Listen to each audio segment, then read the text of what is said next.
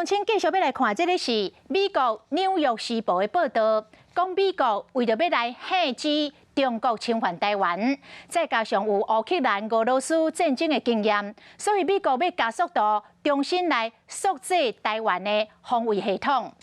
咱的国防部长邱国正讲，台湾会家己来看款，袂讲美国爱咱安怎，咱就安怎。来美国的总统拜登进前讲，中国若武力侵犯台湾，美国愿意军事来介入。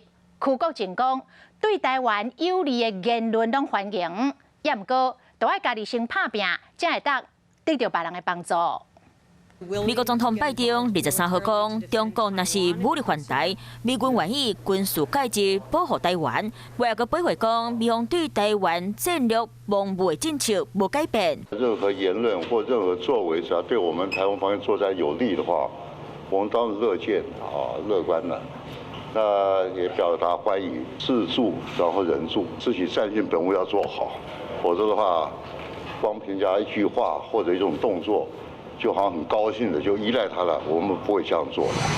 不过拜登的言论和中国气不忿，总纳派4台战机飞去台湾西南平防空区，东部政府嘛宣布，最近在台湾海空域做军事演练。中共最近对我们动作几乎没有停过的，不管在东部在北端这都是我们国军应该要平常就要监控的范围。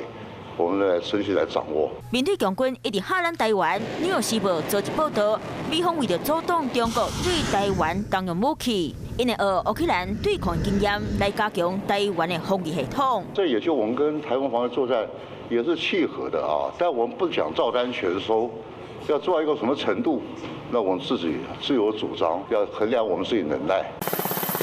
2006年一摆环太平洋军事演练，要伫6月底开始。邱国正嘛讲，咱台湾即马也未收到邀请函，国防部会继续争取。我是吴依璇，想要跟我一起看新闻吗？现在就打开华视的 YouTube 频道，按下订阅，还要开启小铃铛哦。